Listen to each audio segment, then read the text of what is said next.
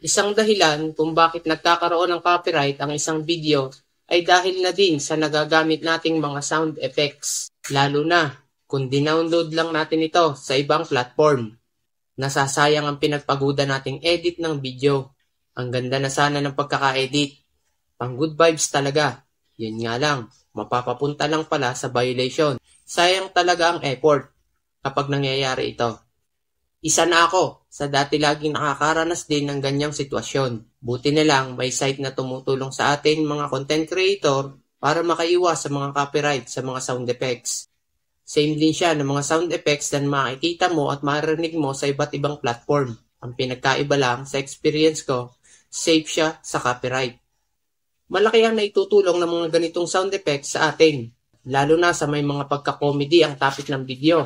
Kailangan na kailangan talaga ito. Sa ngayon, idol, patuloy ko itong ginagamit at may iba pang mga content creator ang gumagamit din ito. Malaking tulong ito.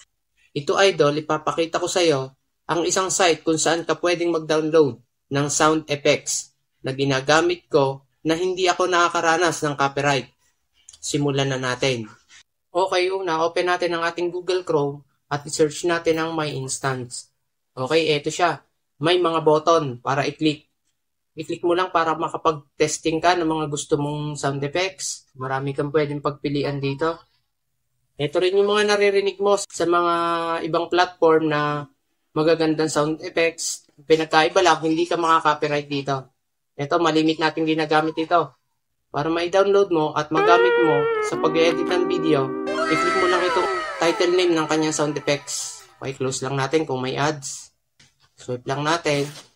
Pagkatapos, i-click lang natin itong download MP3 sa ibaba. Okay, i-click lang ulit natin itong download. Kung download again ang makikita natin. Kasi meron na ako niyan. Kung wala pa, makikita mo lang dyan ang download. Click mo lang.